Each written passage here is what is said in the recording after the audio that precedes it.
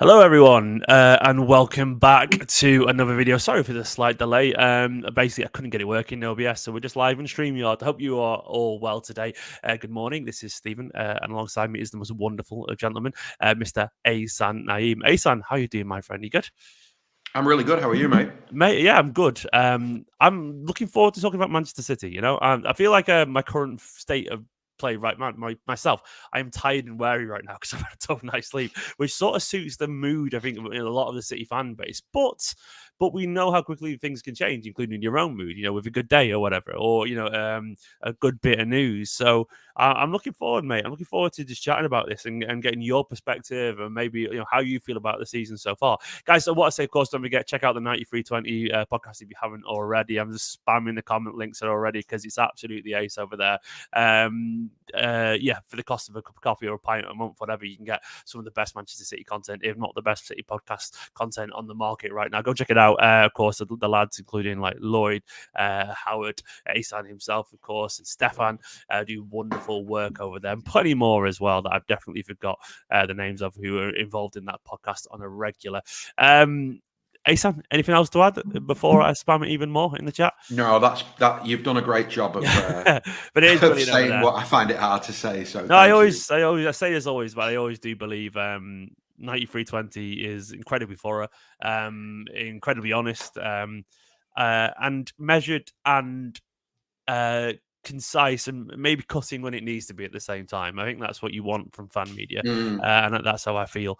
And I feel like I think this is why we mesh pretty well, in general. I think we've got a similar worldview in these things. And I was say, go check it out. If you're a fan of these kind of videos, you'll be a fan of what you enjoy over at 9320 as well, I reckon. Mark agrees in the chat. Mark says, fully worth it. So Mark is the man. There you Cheers, go. Mark. And I've obviously been spamming it there. Subscribe to 9320. Head to 9320.com. I'll leave it on screen for a little bit there. Ahsan, mate, right. Well, there's many places we can start, actually. Well, I think we'll go backwards and then go forwards. I've not really chatted to you since for a couple of weeks now, and it's been a really weird up and down spell for Manchester City Football Club. I want to know, where was your mood after that Crystal Palace game? And where is it now? Because obviously it's been a few days since then.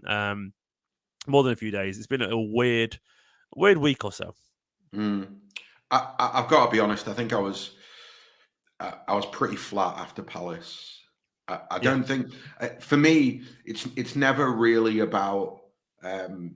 It's too early in the season for the conversation to be about the title or anything like that. I think it's just more the disappointment of throwing away 2 points. Probably the best way to describe it. I think there's ways to lose games and draw games that you're all right with. In a funny way, I'm all right with Villa because we got slapped and we got what we deserved, which was nothing. And that's okay. You will come up against teams that'll just beat you. They'll play better than you, and if somebody plays better than you, they've earned their points.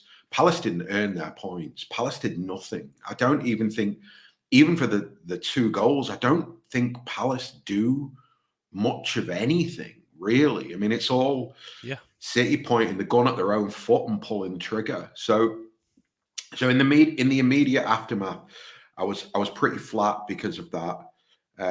But I've remained pretty consistent since the start of the season that I don't think Liverpool are that good, and I think that Arsenal are stronger than they were last season. But it's still that final step to becoming title winners. I still think it's quite a big step, and I don't know. You won't really know until the run-in how ready they are for that pressure. That will be the key and the telling thing. But yeah, I don't. For me, it wasn't really about the title after Palace. It was just more about our own silliness. Yeah, no, I think I share that. I mean, that's the frustration. I'm usually pretty measured, but there's no.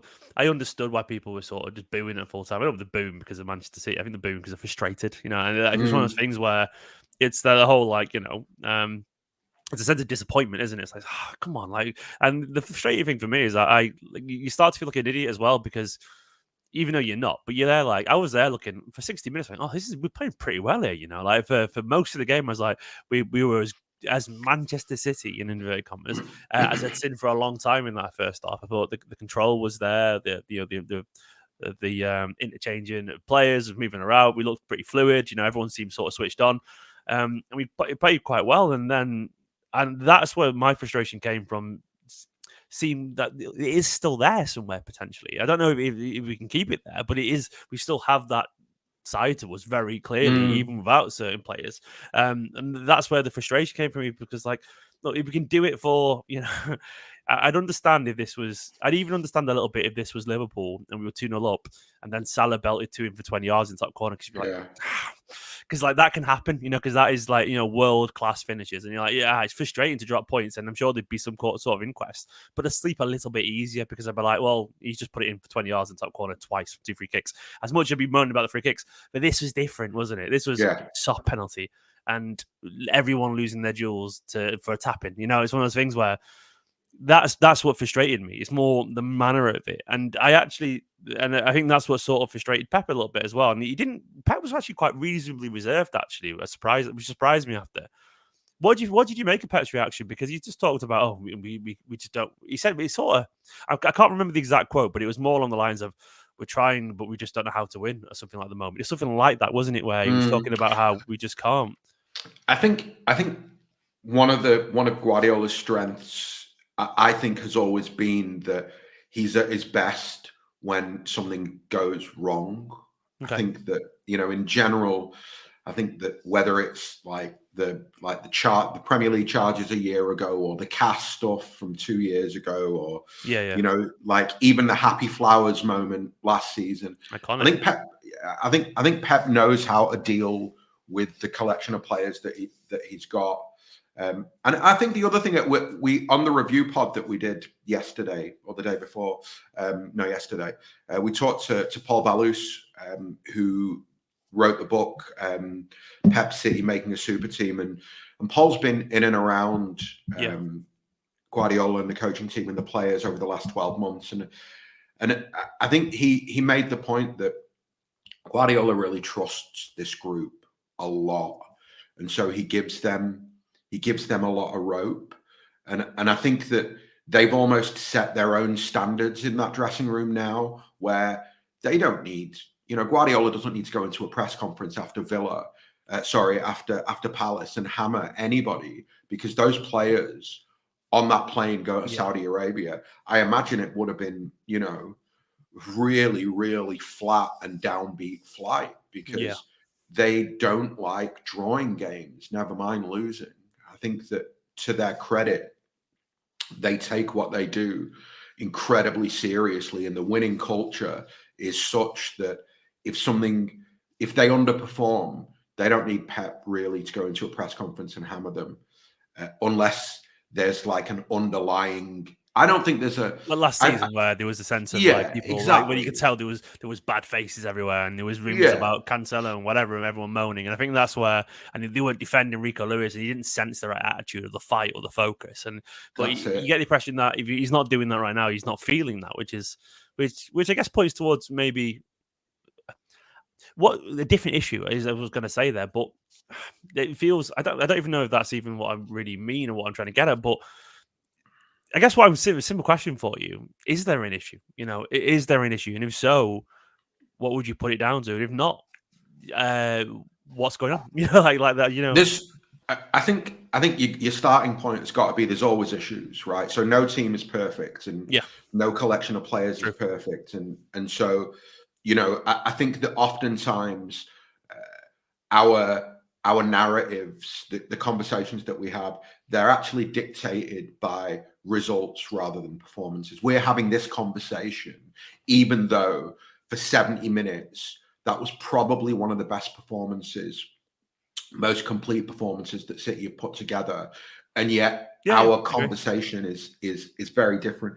In terms of like what's going on right now, I've been through all the stages of grief. In terms of like trying to decide like what is this place that we're at right now. And I think I've come to the conclusion that, look, they've had a combination of factors. I think we have been really unlucky. I think one of the things that we probably don't talk about. I mean, yes, you make your own luck, right? Mm-hmm. But at the same time, Arsenal deflected goal, Liverpool a worldie in the 81st minute, Chelsea stupid penalty, Palace stupid penalty. Like the margins are so fine in a lot of those moments that a couple of those things go the other way, and you've got 4 more points, and you're 1 point behind Arsenal at the top, and you're talking about it's City's year. We're going to do 4 on the bounce. So I think the margins are so fine, or have been so fine, that I don't really think there's an issue. And I'm as guilty as anybody of. I've given Kyle Walker plenty of stick, and I don't think Walker's been good enough. I'm not gonna back down from that. I think Kyle Walker and Ruben Diaz between them over the last month or so have been pretty appalling in big moments. I think that I'd like to see the 2 top captains, the 2 top dogs from a leadership point of view. I want to see a hell of a lot more leadership from the pair of them. But again, no team is perfect, no squad is perfect. You can't expect players to be robots and just be 9 out of 10, 10 out of 10 every single week. What I'm hoping is that this warm weather break in Saudi, it gives everybody a chance to sort of a little bit refocus, reflect, maybe refresh and reflect. And I think that includes Pep as well, because again, like, it's really fine margins. I don't fully understand why we didn't shut the Liverpool game down 70, 75 minutes. Like, you just make a change, shut the game down, kill it. You can kill it. I think even against Palace at 2-0 on 70 minutes, like, I'm Phil Foden's biggest fan in the whole world. And I'm not making this up. This is not hindsight. On 70 minutes, I'm going, take Phil off, put Kovacic on. Take Phil off, put Stones on. Do something here. Just shut it down. Tell the players. Tell everybody on the pitch. Absolutely, I wanted them on. I even wanted Kanji on. I wanted the experience. And that's a slight point I want to talk about, by the way, there, because it's always bugged me that we talk about form an awful lot, but we only ever use it in the concept of players. But I think managers go through their own form too. Like, it's something that we don't ever talk about. Managers are either good or bad, but managers, we don't ever talk about form. But it's not true.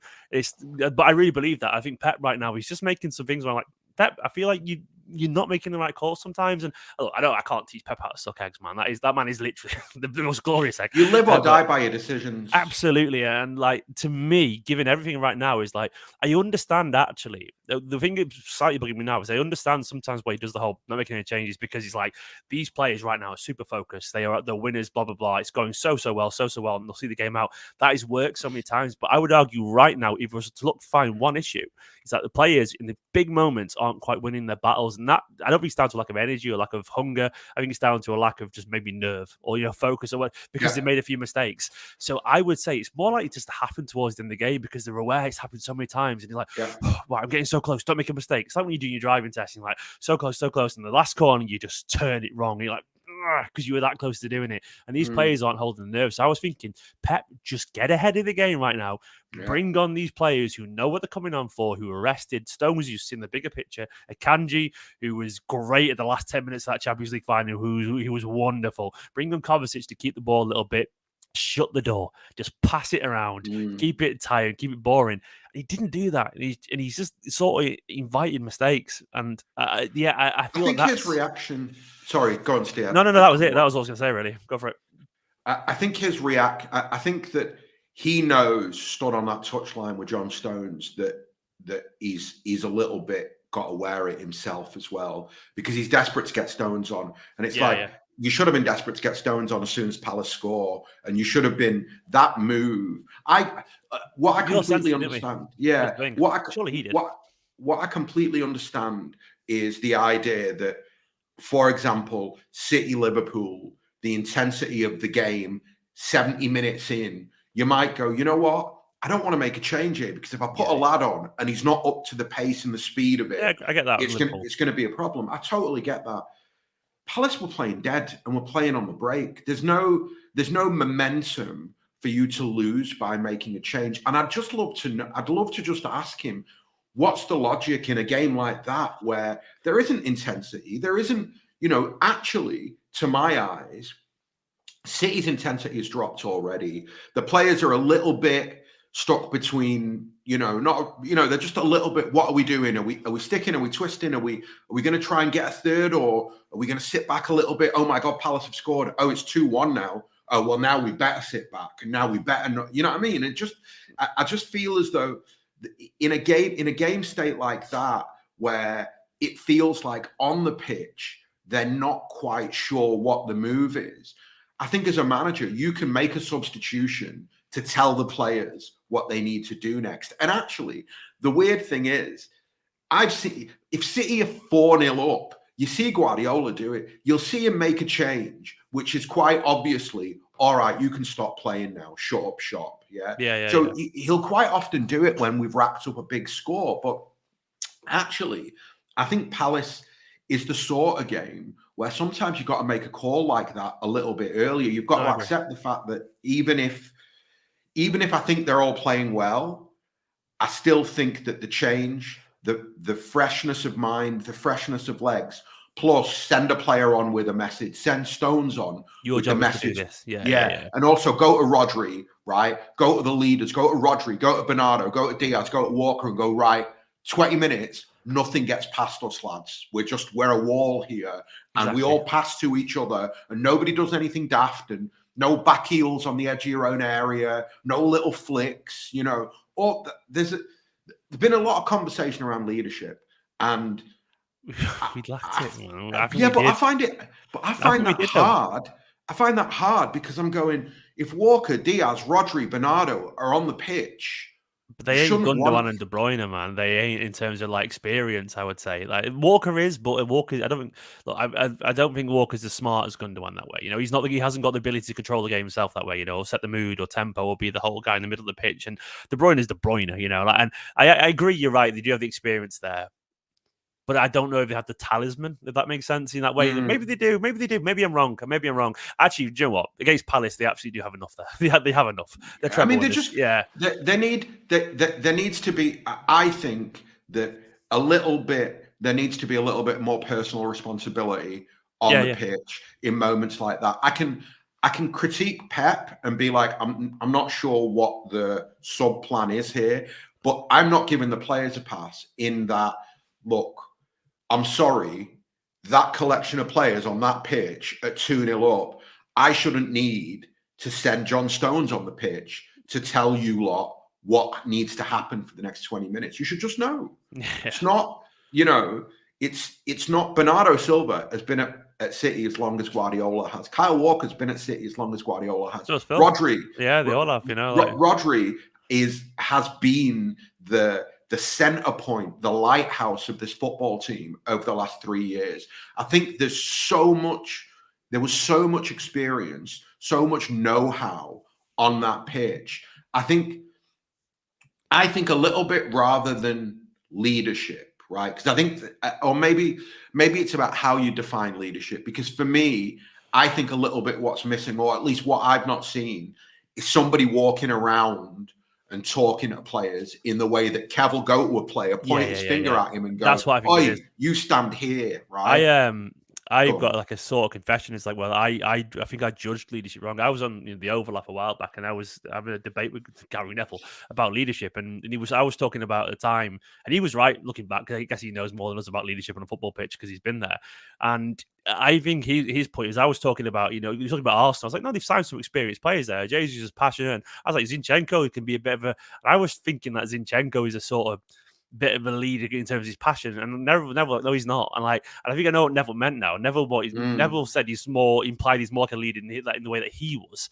but like hardworking. But he said he's not a leader. Like Keane's a leader, you know, like people like yeah. that are actual leaders and the ones that will walk around, talk to everyone. And I think we've got a lot of people like that. I think Bernardo is not a De Bruyne. I think Bernardo is more towards what I was explaining then. Like he's a Django passionate guy, but I don't think he is a natural captain that way. You know, and I'm not sure Kyle Walker has that side to him, his personality. That I don't think people take Kyle Walker as seriously as they would De Bruyne walking around and going blah blah blah, or going No. and not because he's done anything wrong. I think he just doesn't feel that way. If that makes sense. His relationship with the dressing room. Paul said something really interesting yesterday, which I didn't really know, and I hadn't really thought about. He was like, one of the reasons they signed Walker was because not that he was like the dressing room joker or the dressing room clown, but there was just there was a spirit and an energy and a vibe that they knew Kyle Walker would bring, right? And so they brought Walker in, and he gelled the dressing room together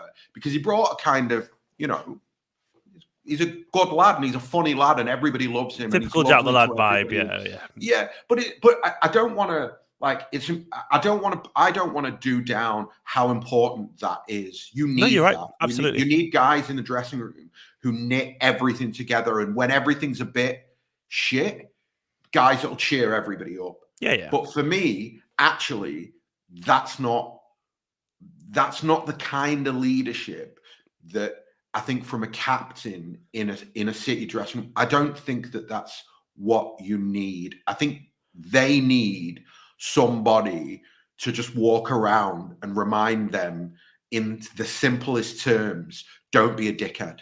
You've got 20 minutes. Don't be a dickhead. Don't do anything that will make me or make us lose points. Just keep it. You've got to hear. I think I keep coming back to this idea that look at Bayern Munich, Real Madrid, in general, the run-in last season, even the FA Cup final, right? To be able to see out games, see out high pressure situations, they know how to do it. Mm-hmm. They don't need to be taught how to do it. Pep shouldn't have to walk on the pitch and tell them anything. I think that the level of experience means that there should, in moments, be a little bit more personal responsibility. But I'm saying all of this stuff, and yet, actually, I think Palace is probably the only game that all of this stuff applies to, because I go back. I think Chelsea is its own thing. Yeah, I think Chelsea is its own mad game, which happens once in a while. I think Arsenal, they're really unlucky. Arsenal and Liverpool, I think City are just unlucky. I think on another day, City win the Liverpool game 1-0. The Liverpool game isn't the problem, is it? I think that's one of those things where we be honest, Liverpool are clearly a very good side. Well, I think we still think we're better than them, but that wasn't the problem. Liverpool grabbing an equaliser against you. Yeah, exactly. Good goal. That wasn't a panic station for me. It's more, this one is the frustrating one. The Villa getting outclassed, which I've never seen before. Like that was frustrating for me. But it's one of the things where those say certain moments that happen. Like God, my mind's blanked. But there's been a few more draws around this as well, hasn't there? Like what's all the draws? I've just my mind's blank from tiredness of all the results. I think the thing with Villa, which actually at the time I probably didn't want to acknowledge, but now with a little bit of hindsight, I can acknowledge it. I think it's okay. Sometimes you will come up against a team that are on the crest of a wave, right? And you'll go to their ground and everything coalesces together for a perfect moment for that team and they run you over. And a little bit, that's what happened with Villa. Every second ball bounced for them. Every, what I would consider to be a percentage pass landed at the feet of their players. Every flick they did came off. Every time one of their players turned one of our players, the crowd lifted the players, and it's almost like with each 10-minute block of that game, they got better because they felt more confident because more of what they were doing just came off. And I think City, I think it's okay to be beaten by a better team in a moment. I'll never hammer this collection of players for that. I just think that I look at Palace as probably the thing that I'm most bothered about, because I think that because of where we've come from in terms of throwing leads away, particularly at home, somebody on the pitch before Pep on the sideline, somebody on the pitch has got to walk around to everybody and go, right, from here, we do X and Y, and this game's just dead. Like, the game state is dead. For what it's worth, I mean, this sounds an awful lot like we're just sort of digging out Kyle Walker. I don't think that's even remotely fair. Not I don't all, think his not form's been all. good enough, but I don't think this idea that everyone looks towards one captain. Like, captain is that badge on their arm. It's sort of symbolic. Sorry, what's it called? It's token. It's there by token. It doesn't actually mean anything. The captains, like, even if they're not wearing the armband, Diaz. Some say, why isn't Diaz a Rodri captain? Well, they are anyway. They are or not. They've worn the captain's armband before. They are like they're responsible to do that, even if they're wearing that or not. So it's one of those things where I do put it down as a collective. Like I do think the presence of certain players on the pitch helps, but it helps whether they're wearing the armband or not. So I don't. We're not talking about Kyle Walker not being fit enough to be the captain here. Like, there's a discussion around that if you want to, but I think it's something that we're sort of looking to just look for a reason. You know, it must be that because that seems really shiny. It's a big obvious thing in front of our, in front of us that it's easy to point to. And it's definitely, when it coincides with his form not being great, it's very easy to point all the things at Kyle Walker. I don't think it's that simple. I don't think it is. No. And I think it's a little bit lazy to do that. And I think Pep will know that too. Yeah, there are definitely fair discussions around Diaz and Kyle Walker's form and whatever, and other players as well making mistakes in the last 10, 15 minutes of the game. But it's just too easy just to point it all at that because it's just not true. It isn't true because I think it comes down to the whole collective. I think Alvarez and Foden in central areas over the last month have made mistakes that have led to goals, right? I'm not sure how you fix that. Playing the way that we play, I don't really know. Like, I think that's maybe where it's a Guardiola game state thing, where I think you can send the message by taking the lad off. If you take the attacking lad off and you put Kovacic there and you say, stand next to Rodri, don't go past the halfway line and sweep everything up, I think that sends the message of what the team needs to do. If you leave all your attackers on the pitch and you say, keep playing, they're going to keep playing.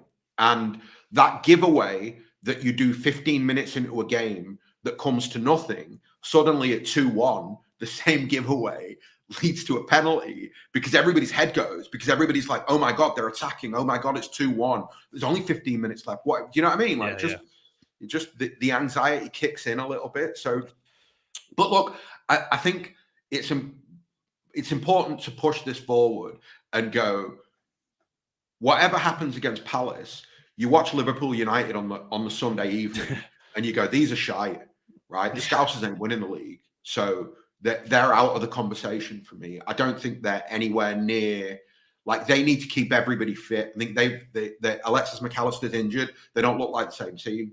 Just genuinely, they don't look like the same team. I think any half decent counter-attacking team takes them apart on Sunday evening. So I think that draw should be a stark reminder to all of us that if on the first day of the season, if I say going into the Club World Cup, City are 5 points off the top, having played in succession Spurs, Liverpool, Chelsea, United, Brighton, whatever that run was, Villa, like that run of 7 games, right? Having played all those games, you're 5 points behind going into the Club World Cup. I think everybody's all right with that. I think within reason. Most things were without De Bruyne kicking the ball. I saw a great tweet from Colin from City Report yesterday. It was like the league really let Kevin De Bruyne not kick a ball for 5 months and only get 5 points ahead.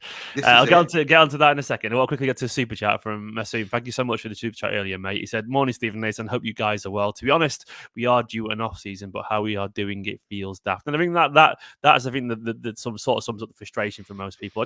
We don't know if we are. Well, everyone's due an off season. If you're having good seasons, is there an undaft way? Is there an undaft way to have an off season? Well, that's what I actually saw Stefan tweet about. I couldn't be bothered. You want to reply, but you can't bothered. He tweeted the other day about like, I don't mind losing the league, but how we're doing it straight. It's like, I want to go, but that is how you lose a league. Like, you don't lose a league by playing brilliantly. Like, that's the point. No. Is like every league that you lose comes down to dropping points in silly games. It's like, I don't know. That's one thing maybe we have to accept as a fan base. If we're not going to win the league this season, it's going to be because of things like this. We're not going to gloriously battle out to the end and lose it. It's probably not going to happen. This Manchester City side either is going to win it or just not going to win it. I don't really think there's any in between. I just don't believe there is. I don't want to scare you, but I do think that we're Drew a lose the league on the last day of the season. I think people are too scared of us to get there, though. I reckon they are. Like, I think if it gets to March, April, we're still within a few points. I think at that point, everyone's like, "Oh God." I think the pressure. I think that's why I said what I said earlier about Arsenal and the mountain of the league title. I think that I do think that a little bit that idea of what Colin said, that the league got 6 months without KDB and all they've got is, I think there is a lot of truth in that, because I think that it's something that I'm beginning to. So actually, the funny thing is that if you go back 2 or 3 weeks outside of the City bubble, the conversation was beginning to happen that this ain't City's year. They just don't look as good as they have done in previous years. I've heard people say Arsenal can do this, or Arsenal and Liverpool can push themselves far enough ahead of City to make themselves the favourites for the league.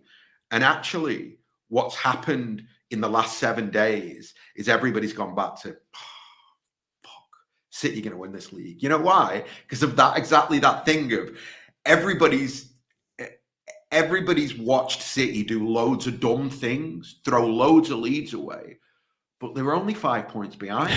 And De Bruyne's about to come back. And they've gone on this warm weather break to Saudi, and they're going to come back with suntans and a rocket up their arse, and they're going to be like, right, let's do this. Ahsan, I've been watching Manchester City for 30 odd years.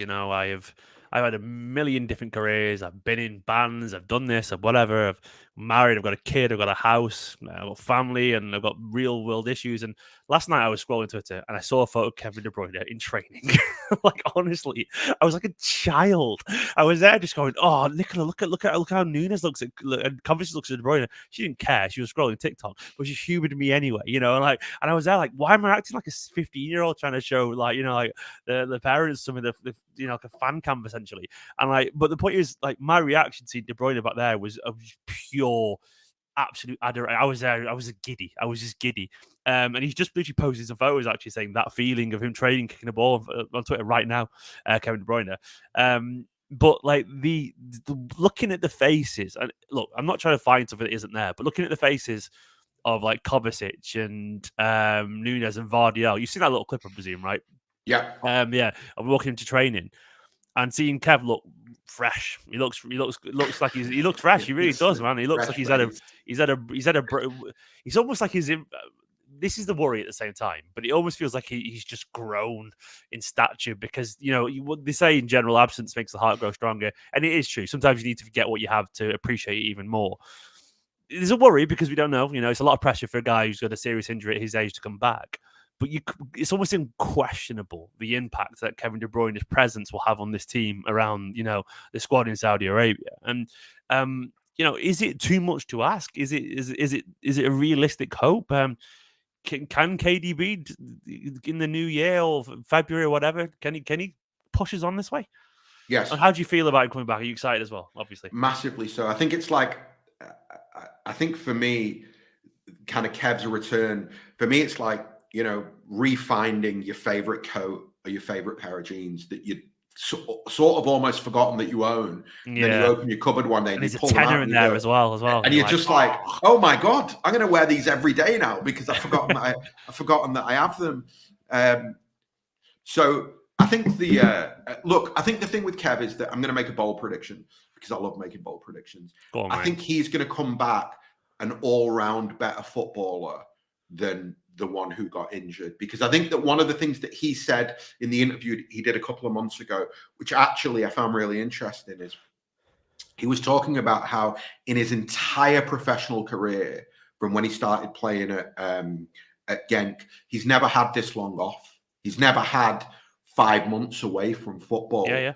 And I think that one of the things that you get to do in that moment is you get to watch, you get to see. He's a smart man as well. Yeah, exactly. You get to see from the outside, from the top, week in, week out, what your team does, what your teammates do. I think you see the ebb and the flow of you begin to see it in a slightly different way. And I think that for Kev, also because he's aging and because the injury is such that maybe his athleticism will be somehow diminished, or he will change. I always remember Gundo talking about after his ACL how it changed the way he played football. Simple. Yeah. Just you have an injury like that. He was a different player. I remember beforehand. He was different. He was more sprightly and aggressive in a dribbler, wasn't he? Remember? Yeah. So, and I think that with Kev, he's going to come back a better player. I think what I mean by that is maybe I think about guys like Luka Modric and the age that they've played to, and what makes them. Why has Luka Modric been a mainstay in the Real Madrid team? It's because it's almost like his footballing brain is so far up there that it doesn't matter, because he's 10 seconds, rather than being 5 seconds ahead of everybody, he's 10 seconds ahead. So his movements are just smarter than everybody else's. I think that's what we're going to get from Kev. I think maybe we'll see less of the up and down Kev, that maybe at his peak, you'd see him just up and down the pitch over 90 minutes. Maybe we'll see a little bit less of that. But I don't think we need that. I think actually, when you look at the way the characteristics of the players that we bought, whether it be Nunes, whether it be Doku, I feel as though it'll allow Kev to be a little bit more considered in how he uses his own athleticism. And actually, by being less athletic, by focusing more on whether it be the simple 5-yard pass, or it be the big switch, or it be the killer through ball, he can almost be even more of a quarterback, because he has had the time away from the game to know how to better utilize that. And also just in general, becoming a better, more rounded player from the break that he's had. That is the best case scenario. I hope you're right, man. Absolutely. It's one of those things where I do sense that. I think it's pretty obvious, actually. I think KDB is acutely aware, of his own football mortality, and he hasn't got forever left, and he might have longer than we realise, but he's aware that he's in the sort of twilight of his career a little bit. He's only got a few years left, you'd presume, at the top level. Hopefully, at least a few years left. But when you've had that time away, and for what it's worth, by the way, I think he probably would have quite enjoyed it. He won't admit it, but I think the small part of it when he's going around, and he's sort of going around and hanging around with Ronaldo and F1 and all that kind of stuff, and he's living the life of a superstar with his beautiful family. I think a small part of him would have made him appreciate how lucky he is, and I think he knows that anyway. But sometimes you need to step back a little bit.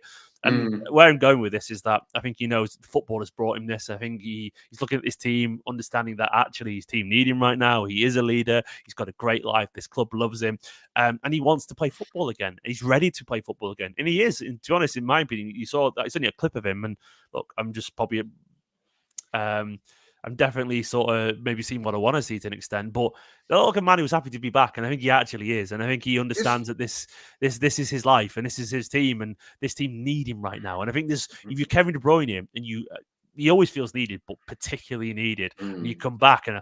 Look, I wouldn't want to be Kevin. I wouldn't want to be playing against Kevin De Bruyne, who's ready to go. You know what I mean? No. And I think there's going to be a sense of that with KDB, because this team hasn't just been ticking along smoothly without him, actually. And I think actually that makes Kevin De Bruyne more useful in terms of what he can bring. And I think he's the kind of guy who will take that responsibility on his shoulders, because he hasn't got that many more chances to do that. And I think he's aware of that. And I think he's got nothing to lose, because he's Kevin De Bruyne. His reputation is already absolutely immense. He's just won a treble. But I think he's going to be so motivated to come back and be like, crack knuckles, get going.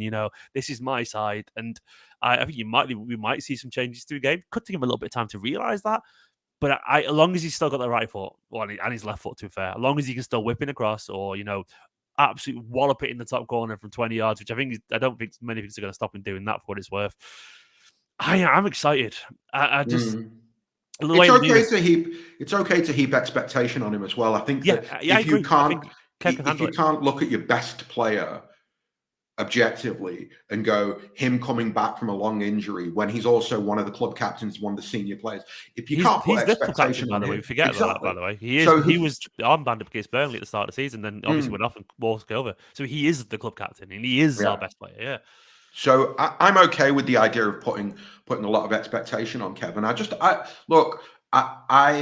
like you. When I saw the fact that he was back he was back training with the team, my immediate first thought was, oh, I hope we get to see him on the pitch in Saudi, because you know what that means. That means when they come back from Saudi, he's going to get on the pitch, and the sooner he comes back, the better. Full stop. For everybody. I'm thinking about Everton away when we come back, and I'm going, you know what? I'd love to have Kevin De Bruyne in the starting lineup at Everton away, and that's just got to be.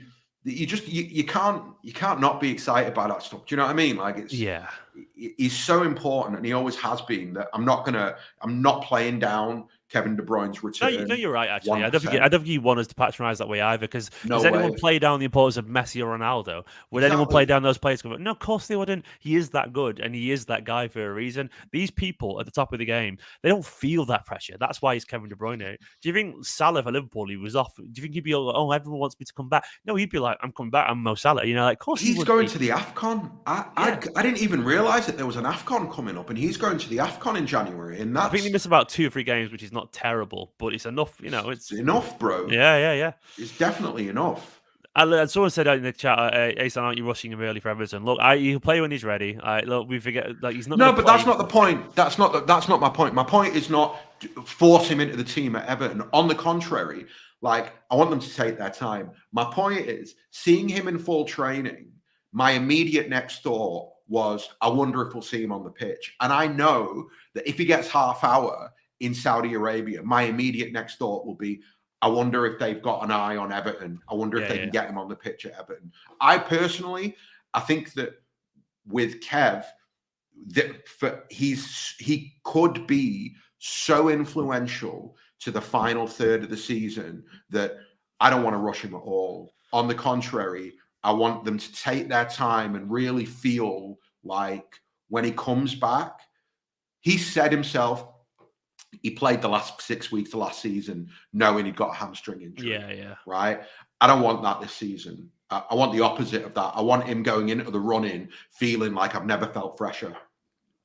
And it's possible. We talk about, you know, these days about 30, like the footballers in age. 32. Look at Modric, man. He's 32. This is not 1995 anymore. You know, it isn't. Like 32 is like we talk about. Is over the hill age. If Kevin De Bruyne gets a little bit lucky and looks after himself, he could be playing to the high level for another 3 or 4 years. Kev will still be our most important player next season. I don't think that, you know, the fact that he's 32 now and that he'll be 33 in June, I don't think that changes what the expectation on him will continue to be, because he's not fading. Do you know what I mean? I think the conversation around how he comes back from the injury, we'll see. But the one thing I will say is that it sounds like, from his own words, that it's been a little bit, the silver lining in the cloud of the injury has been that he's had a long break and he feels fresh and he feels good. And that mental rest and the physical rest should do him the world of good. Oh, the rest of his body will be feeling great, won't it? You know, and like I do think a lot of footballers, well, we know what stress does to the body. We know what it does. It's scientific fact. You know, like stress and cortisol and all that kind of stuff does affect your muscles, your body, and everything like that. And that rest, and now he'll be feeling good, man. And we forget as well, like he's not like gone to some little spa somewhere that we would go to for a rest. He's had the best treatment that's possible in the world. You know, like his body has been like, you know, is just treated from head to toe by absolute experts, you know. So he'll be feeling good right now. And Johnny, you can just see it. I mean, that sounds really crazy, but look at him. You can just see it. Like, he looks fresh right now. He looks happy, and long gone are those days right now. Anyway, of that puffy, red-cheeked man, you know, like with that face that he always has after a game. And obviously that's when he's tired and whatever. But he looks happy, and I think a happy Kev. Somebody said to me the other day in one of our group chats, I've never seen Kevin De Bruyne's hair look as good and as fresh as it currently looks. Nicholas said last night he's going through his cool stage. I think he is. Yeah, well, it's like I think he looks younger. I know it sounds mad, right? But he looks younger than when he got injured, and I think that is just the fact that he's had such a long break and he gets to sleep in with his kids, and you know, he doesn't have to wake up every day. The training, the mental focus, the this, the that. He just gets to be a family man for 6 months, knowing that he's going to go back to this thing that he loves. So I think his kids are a little bit older now as well, so not getting out of bed at 2 in the morning. So he's probably had a little bit of sleep as well. Like he looks good, man. He looks good, and like he's growing. And the way he walks into I know we're overanalyzing that little clip, but the way he walked onto the pitch last night and like did that whole body and whatever, and like he just looked like he knew he's the man. And I think also that's what that is dangerous. It's dangerous when Kevin De Bruyne knows he's the man, because that is scary. And the way he pushed Arteta last season, all this kind of stuff. Kevin De Bruyne over the past few years has got more and more confident. He's become, I am that guy actually, and I think it's scary when that guy knows he's that guy, because this is bad news for the rest of the league. And and I think this is very. I think I'm excited, man. I was buzzing last night. I know we've had this like thing above us saying the transfer target for ages. It's an old graphic. I couldn't find anything else as we went live, but it does sort of touch on something I wanted to briefly talk about before we wrap up this video anyway. Transfers, because we are approaching January. You know, Calvin Phillips is pretty much guaranteed to be gone. We saw a send-off from him the other day when he scored, a penalty. We've seen links with this Andre fella, the Brazilian. Obviously, we've seen links of Valentin Barco as well. Tolmy was tweeting the other day, our resident in the know, that he's been asking Alvarez if he wants to, what it's like in Manchester. We've been linked to Paqueta in the past, etc., etc. Ahsan, do you think anything's going to happen in the January transfer market for Manchester City? Because you're already shaking your head. Because Pep has. No, I think this will be. I think it'll be a really short segment. This. No, I don't think City will do anything. I think that even if Phillips goes, I think the reality is that in Guardiola's head, Phillips is already gone, right? So I think that they feel that they're not going to bring another body in. I think Valentin Barco is a slightly different situation in that I think that a little bit like Alvarez, I think what they'll do is they'll sign him and they'll say, we're signing you to join Manchester City. You're coming to Manchester in January. You've got between now and the summer to make an impression on Pep. And then the way that Alvarez made an impression, and then they went, he's not going on loan anywhere. He's staying with us because he's that good. I think that Barco will get a similar opportunity. But outside of that, I don't think anything will happen. I just don't think... I think that there's I've come around to the idea. I think that the challenge in... I don't think you can buy backups. So, for example, we tried to buy a backup for Rodri and it just didn't work. And one of the reasons it didn't work is because Rodri's level is so high that as long as he's fit and he's on the pitch, I imagine the manager sat there going, if I sub him, the level's going to drop so much, I don't want to sub him. Yeah, so, I agree with that. There's no point in trying to buy a backup. I would rather focus on the summer and make sure that you land your extra creative. I saw we could scare Rodri in the best possible way. I mean, this is what we sort of need. I've come around to that idea now. Is that actually no, we don't need any more squad players. Try and sign players that you could try and sign a player that you could try and force Rodri out of the team. And that sounds mental, but that's got to be the aim. Totally. It has to be the aim, because that is what we had previously, and you tweeted something the other day actually going back to the Palace game where.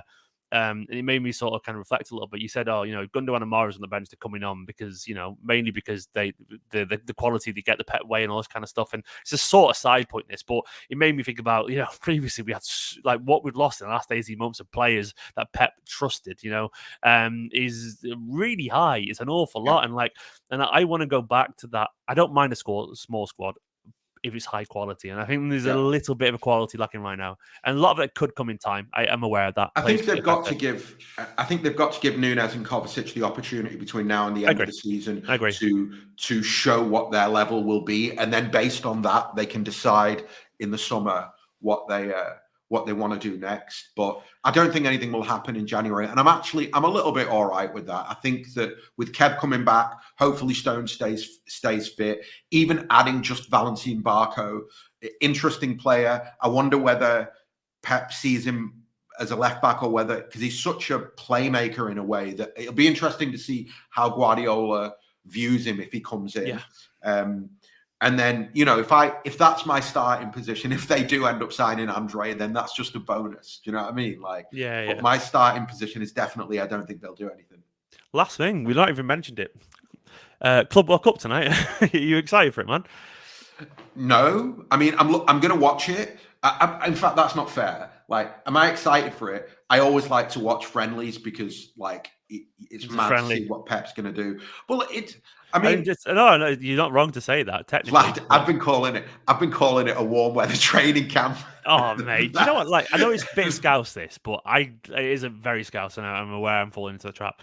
But I do like the idea of calling us world champions. I might be the 12-year-old there. You know, literally, I said on a pod last week that it's too scouse to get involved in the idea of world champions. So I just can't do that. Like, I'm just like, it's a good thumbnail, cool. though. It's a good thumbnail. I can't deny it. Yeah, you can do. And look, I understand why going out there, Pep will go, we want to close the circle. We want to win all the trophies. Yeah, I agree with that.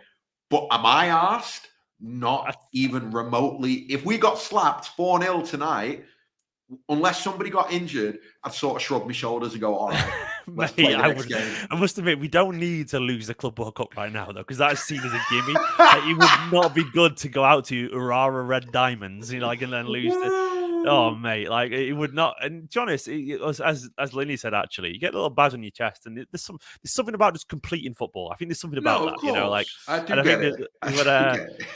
can't say I'm excited for it. I'm intrigued, and I do actually. Do you know what? As well, I saw like a tweet of York away this morning on Twitter. So it's one of those things where it's like, it's nice to remember where we've been. So winning anything, I will take always. So have you seen the piece in the Guardian? Will Owen's done a piece in the Guardian, literally about York away, because I think it's the anniversary of York away. Yeah, 25 years, isn't it? Yeah, and it's quite an interesting. Who did it? Sorry. I think Will Unwin is the name of the writer. Okay, yeah. And he spoke to some people that were at York away, and just kind of, it's an interesting contrast. It's funny how apparently, don't we? Yeah, exactly. Yeah, we're all there. At York away. I was there. No, I wasn't. I think these are the moments where it's okay to contrast a little bit where you've come from and what that journey means, and what what the club has become in comparison to what it was. And look, it's Christmas time. I love, you know why I love it? Because there's no pressure on it. I think that after what happened at Palace, if we were going to, I don't know, Brentford away tonight or tomorrow, mate, I'd just be like, this is going to ruin my Christmas. I don't want this. Exactly. So actually having this weird week where we're playing these, glorified friendlies in my head, it's fine. Yeah, we got KDB just chilling out in the sun and exactly, whatever. Can you imagine? It is relaxing, and I think the timing of it is crucial right now, isn't it? Definitely. It really is. Yeah, because we don't play now until we don't even get to root Boxing Day either. So it's the 27th, when we play after that. So like we can have a Boxing Day curries or whatever, like you can be relaxed, and then after when we think looking at the tree, thinking, it needs to come down a couple of days, then we can worry about Everton, and which is quite nice, because it's we're getting a sort of break. And God, I still hope we win it, by the way, because I cannot be bothered dealing with relax. Yeah. We'll win it. I know we'll win it, but the point is that it will be what it will be. I think the victory is if Kevin De Bruyne gets on the pitch. If KDB gets on the pitch at any point in Saudi, I think we should all open bottles of champagne and go, right, let's go. Do you think there's a chance? I don't think there's zero chance, by the way. I really do. I think he's there just to do a little bit of running around and whatever. Maybe I'm wrong, but I think he's there. I think actually that's literally the point, that it is a little bit warm weather training, and if they can get him on the pitch for 20 minutes, they will do. Simple. It's not that intense. It's not that big a deal. It's not like he's gonna know. He can go out. He can feel it. See how you go. That would be nice, wouldn't it? It would be nice. Ahsan, thank you so much, my friend. It's been a wonderful hour as always, guys. Check out the 9320 podcast. Yes, I've been spamming it in the comments. It's wonderful there. The guys do crucial, passionate, informative work in the city space. Check it out. It's obviously a subscription service over there. And message Ahsan as well if you want to get involved. Obviously, see him at Mr. Ahsan Naeem on Twitter as well. I've tweeted it out, so go and give him a DM if you want to talk about subscriptions or whatever. But the wonderful stuff over there, and you get loads of erudite, interesting, passionate confirmation. So go and we're doing our hot potato show. Yeah, I'm looking forward to that over Christmas, which will be a lot of fun. Yeah, drops the hot potato first. I can't wait for that. So yeah, me and Ahsan going to do that over at 9320. We were going to do it the other day, but Ahsan wasn't well. Then I was thrown up 2 days later, actually. So we're all just not well at the moment right now. That was my fault, though. We're both going round. Yeah, indeed. Guys, thanks for watching. I'm obviously going to go and relax for a little bit before the Club World Cup tonight. I'll be doing a watch along as per usual. For now, obviously, check out 9320. Top stuff for Ahsan. Thank you so much for coming on, my friend. Pleasure. Thank you very much. Guys, in a bit, Trevor winners, don't forget. Bye-bye.